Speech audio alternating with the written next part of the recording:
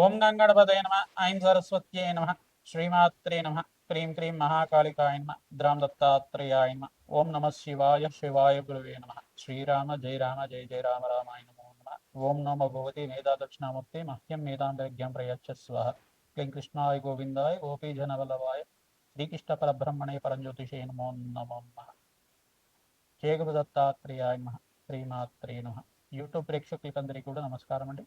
నేను పాలపర్తి గురునాథ శర్మ జ్యోతిషం వాస్తు సిద్ధాంతిని మీకంతా కూడా గోచారరీత్యా గ్రహాల యొక్క స్థితిగతి సంయోగం వాటి ప్రభావం అంతా కూడా విశ్లేషణ చేయడం జరుగుతుంది. ప్రధానంగా ఈ రోజున చెప్పబోయే టాపిక్ ఏంటంటే కంటెంట్ అంతా కూడా 2026 ఆంగ్ల సంవత్సర ఫలితాల్లో భాగంగా శని రాహు కేతు మరియు బృహస్పతి యొక్క ఫలితాలంతా కూడా మేషాది ద్వాదశ రాశుల వాళ్ళకి ఎటువంటి ప్రభావం చూపిస్తుంది. ప్రధానంగా ఈ యొక్క 3 గ్రహాల కన్నా అత్యంత శుభమైన ఫలితాలు బృహస్పతి అంతా కూడా ఇచ్చే పరిస్థితి అంతా కూడా కలుస్తుంది. ప్రధానంగా చూసుకుంటే గోచారరీత్యా బృహస్పతి అంతా కూడా రాజయోగ కారకుడిగా మారబోతున్నారు. బృహస్పతి అంతా కూడా అనుగ్రహం వల్ల ఉచ్చస్థానంలో బృహస్పతి మార్పు అంతా కూడా రాజయోగ కారణంగా మారుతుంది. గోచారరీత్యా మేషాది ద్వాదశ రాశుల వాళ్ళకి ప్రధానంగా చూసుకుంటే గోచారరీత్యా గ్రహస్థితి అంతా కూడా ఈ రకంగా ఉంది. మీనంలో శని యొక్క సంచారం జరుగుతుంది. ప్రధానంగా రాహు యొక్క సంచారం అంతా కూడా చూసుకుంటే కుంభరాశిలో, కేతు యొక్క సంచారం అంతా కూడా చూసుకుంటే సింహరాశిలో సంచారం జరుగుతుంది. ప్రధానంగా గోచార చక్రవశాత్తు ప్రధానంగా ధనుస్సు రాశిలో అంతా కూడా చతుర్గ్రహ కూటమి జనవరి 1వ తారీఖు నుంచి ప్రారంభమయ్యి ప్రధానంగా సూర్య బుధ అంగారకుడు మరియు శుక్రుడి యొక్క కలియుగతోటి చతుర్గ్రహ కూటమితో ప్రారంభమవుతుంది. జనవరి 15వ తారీఖు రోజున మకర సంక్రాంతి వేరులో అంతా కూడా ప్రధానంగా మకర సంక్రమణం అంతా కూడా సూర్య భగవానుడు మకర రాశిలో అంతా కూడా సంచారం చేయడం మొదలు పెడతారు. ప్రధానంగా అక్కడంతా కూడా చూసుకుంటే జనవరి 15వ తారీఖు నుంచి ఈ యొక్క సూర్య మంగళ ఆదిత్య యోగం అంటే బుధాదిత్య యోగంలో ఈ యొక్క పంచగ్రహ కూటమి సంభవం అనేది జరుగుతుంది. ప్రధానంగా శుక్రుడు, బుధుడు, అంగారకుడు, సూర్య భగవానుడు మరియు చంద్ర భగవానుడు అంతా కూడా పంచగ్రహ కూటమిలో సంచారం జరుగుతుంది. మరియు ఫిబ్రవరి 23 తర్వాత ప్రధానంగా చూసుకుంటే ఈ యొక్క కుంభరాశిలో అంతా కూడా రాహుతో పాటు 5 గ్రహాలన్నీ కూడా ఈ 5 గ్రహాలన్నీ కూడా సంచారం జరుగుతుంది. ప్రధానంగా చూసుకుంటే షష్టగ్రహ కూటమి అంతా కూడా సంభవం జరుగుతుంది ఫిబ్రవరి 23 ఆ తారీఖులో అంతా కూడా 2026లో. ప్రధానంగా ఈ యొక్క చతుర్గ్రహ కూటమి, త్రిగ్రహ కూటమి, పంచగ్రహ కూటమి, షష్టగ్రహ కూటమి అంతా కూడా గోచారరీత్యా ఉండే గ్రహాల యొక్క సంయోగము వాటి భ్రమణం మేరకు మాత్రమే అంతా కూడా ప్రభావం చూపిస్తూ ఉంటాయి. మేషాది ద్వాదశ రాశి వాళ్ళకి ఈ విధంగా ఈ యొక్క ఎటువంటి ఆర్థికమైన ఇబ్బందులు, ఈ యొక్క ఆర్థికమైన కష్టాలు కానీ శ్రమతో కూడిన సంపాదన కానీ పెరగడానికి ఆస్కారం ఉంటుంది. ప్రథమార్థంలో జనవరి నుంచి ఏప్రిల్ 28వ తారీఖు దాకా, తర్వాత నుంచి ఏప్రిల్ 28వ తారీఖు తర్వాత సూర్య భగవానుడు అంతా కూడా ఉచ్చస్థానంలో మార్పు, బుధాదిత్య యోగంలో మార్పు, సూర్యమంగళ యోగంలో మార్పు అంతా కూడా అత్యంత శుభమైన ఫలితాలు ఇవ్వడానికి ఆస్కారం ఉంటుంది. మే 15వ తారీఖు తర్వాత నుంచి మీకు అంతా కూడా రాజయోగంగా చెప్పడం జరుగుతుంది. జూన్ 1వ తారీఖు నుంచి 14వ తారీఖు తర్వాత బృహస్పతి అంతా కూడా కర్కాటక రాశిలో ప్రవేశం చేస్తున్నారు. తద్వారా రాజయోగంగా మారుతుంది. ప్రధానంగా చూసుకుంటే మేషాది ద్వాదశ రాశుల వాళ్ళకి గ్రహస్థితి ఈ రకంగా ఉంది కావున మేషాది ద్వాదశ రాశుల వాళ్ళకి ఏ మాసంలో అంతా కూడా రాజయోగంగా ఉంటుంది. ఈ యొక్క గ్రహస్థితి దృష్టి కేంద్రం అంతా కూడా ఈ రకంగా ఉంటుంది. ప్రధానంగా శనీశ్వరుడు, రాహు, కేతు అంతా కూడా ఈ యొక్క వక్ర దృష్టి అంతా కూడా ఈ రకంగా ఉంటుంది. బృహస్పతి మార్పు అంతా కూడా రాజయోగ కారణంగా ఏ రకంగా ఏ రాశి వాళ్ళకి యోగకరంగా ఉంటుంది.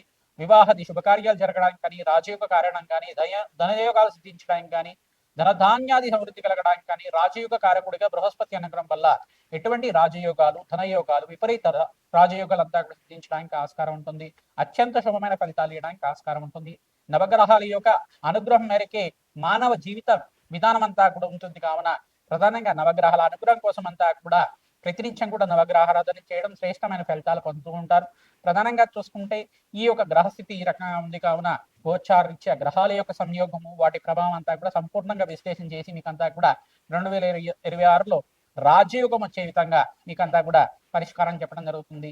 ప్రతినిత్యం కూడా మేషాది ద్వాదశ రాశి వాళ్ళు ఈ యొక్క నవగ్రహ ఆరాధన చేసుకోవడం ప్రధానంగా మీకు చెప్పబడే సూచనప్రాయంగా అంతా కూడా చెప్పడం జరుగుతుంది. నవగ్రహ ఆరాధనలో భాగంగా మీరు ప్రతినిత్యం కూడా నవగ్రహ దేవతలకంతా కూడా ప్రదక్షిణాలు ఆచరించండి. ఆవునితో దీపారాధన చేయండి. బెల్లం నివేదన చేసి ఆ యొక్క చీమలకి ఆహారం వచ్చే విధంగా రావి చెట్టు, వేప చెట్టు ఉండే ప్రాంతంలో అంతా కూడా సమర్పించడం వల్ల రాజయోగం సిద్ధిస్తుంది. గోమాత సేవ చేసుకున్న వాళ్ళకి అత్యంత శుభమైన ఫలితాలు పొందడానికి ఆస్కారం ఉంటుంది. ప్రధానంగా ఆదిత్యాది నవగ్రహ స్తోత్రాన్ని ప్రతినిత్యం కూడా చదువుకోవడం 3 సార్లు కానీ 11 సార్లు కానీ వినడం కానీ చదవడం కానీ చేయడం వల్ల నవగ్రహ దోష నివారణ కలిగి మీకంతా కూడా రాజయోగం సిద్ధి రావడానికి ఆస్కారం ఉంటుంది. ఈ యొక్క రాహుకేతు వక్రగతి సంచారం కూడా ఏప్రిల్ 14వ తారీఖు తర్వాత నుంచి జరుగుతూ ఉంటుంది. తద్వారా మీకంతా కూడా సంపూర్ణ విశ్లేషణ అంతా కూడా చేస్తూ ఉంటాం. తద్వారా మీకు పరిష్కారం అందుతుంది. వీడియో అంతా కూడా చూడండి, మీకంతా కూడా షేర్ చేయండి, సబ్స్క్రైబ్ చేయండి. తద్వారా రాజయోగం సిద్ధి రావడానికి ఆస్కారం ఉంటుంది. సంపూర్ణమైన పరిష్కారం అంతా కూడా అందుతుంది. ప్రధానంగా జాతకరీత్యా ఉన్న పరిహారం అంతా కూడా చెప్తూ ఉంటాం. ఈ యొక్క గోచారీత్యా గ్రహాల యొక్క సంయోగము, వాటి ప్రభావం అంతా కూడా, దృష్టి కేంద్రం అంతా కూడా ఈ రకంగా ఉంది, ఏ రాశి వాళ్ళకి ఏ రకంగా ఉంటుంది అనేది విశ్లేషణ చేయడం జరుగుతుంది. ధనస్సు రాశి జాతకులకి 2026 ఆంగ్ల సంవత్సర ఫలితాల భాగంగా ఈ యొక్క గ్రహాల యొక్క స్థితిగతి, వాటి ప్రభావం అంతా కూడా ఈ రకంగా ఉందో విశ్లేషణ చేయడం జరుగుతుంది. విశేషంగా శనీశ్వరుడు, రాహు, కేతు, బృహస్పతి యొక్క సంచారం మేరకు ఎటువంటి ప్రభావం చూపిస్తున్నాయనేది విశ్లేషణ చేయడం జరుగుతుంది. ప్రధానంగా కర్కాటక రాశిలో బృహస్పతి సంచారం అంతా కూడా సప్తమ స్థానం నుంచి అష్టమ స్థానంలో మారిన తర్వాత మీకంతా కూడా రాజయోగ కారణంగా చెప్పడం జరుగుతుంది. రాష్ట్రాధిపతి ఉచ్చ స్థానంలో మార్పు, సప్తమ స్థానంలో మార్పు వల్ల విశేషమైన పుణ్యయోగం అంతా కూడా చెప్పడం జరుగుతుంది. ఈ సంవత్సరం అంతా కూడా బృహస్పతి సంచారం అంతా కూడా ఉగాది నుంచి ఉగాది వరకు చూసుకుంటే ప్రధానంగా మీకంతా కూడా ఇక్కడ ప్రధానంగా ఈ యొక్క గ్రహాల యొక్క స్థితిగతి, బృహస్పతి సంచారం అంతా కూడా ఈ యొక్క గోచారరీత్యా 3 సార్లు మారడం జరుగుతుంది. ఈ యొక్క అతిచార నుంచి ఈ యొక్క తిరోగమనంలో అంతా కూడా మిథున రాశిలో సంచారం చేసిన బృహస్పతి కర్కాటక రాశిలో అంతా కూడా సంచారం చేయడం, మరి జూన్ 1వ తారీఖు నుంచి మళ్ళీ ఉగాది దాకా ఉండడం, మళ్ళీ అంతా కూడా సింహరాశిలో ప్రవేశం చేయడం వల్ల విశేషమైన పుణ్యయోగం సిద్ధి రావడానికి ఆస్కారం ఉంటుంది. ధనస్సు రాశి వాళ్ళకి ఈ సంవత్సరం అంతా కూడా రాజయోగంగా చెప్పడం జరుగుతుంది. ప్రధానమైన దోషం ఏంటిదంటే దశమ దృష్టి అంతా కూడా, శనీశ్వరుడు యొక్క దృష్టి అంతా కూడా రాశి మీద పడుతుంది. ఈ యొక్క దోషం కాకుండా మిగతా అంతా కూడా అన్ని గ్రహాలు యోగకరంగా ఉన్నాయి. ప్రధానంగా చూసుకుంటే చతుర్గ్రహ కూటమి ప్రభావం వల్ల మిశ్రమైన ఫలితాలు చూస్తారు. పంచగ్రహ కూటమి ప్రభావం వల్ల స్వల్పంగా ఆర్థికంగా శ్రమతో కూడిన సంపాదన చూడడం జరుగుతుంది. ప్రధానంగా షష్టగ్రహ కూటమి అంతా కూడా స్వల్పంగా కొన్ని రోజుల వరకే ఉంటుంది కాబట్టి ఆ గ్రహస్థితి అంతా కూడా అనుగ్రహం కోసం ప్రతినిత్యం కూడా నవగ్రహారాధన చేసుకోవడం శ్రేష్టమైన ఫలితాలు పొందుతూ ఉంటారు. పరమేశ్వరుడు ప్రీతికరంగా ఈ యొక్క నారికేల జలంతో, ద్రాక్షరసంతో అభిషేకం చేయించుకోవడం వల్ల విశేషమైన పుణ్య ఫలితాలు పొందడానికి ఆస్కారం ఉంటుంది. అప్పుల బాధల నుంచి బయటపడడానికి అన్నాభిషేకం చేసుకోవడం వల్ల పరమేశ్వరుడికి అంతా కూడా రుణ బాధలంతా కూడా తీరి అష్టైశ్వర ప్రాప్తి కలగడానికి ఆస్కారం ఉంటుంది.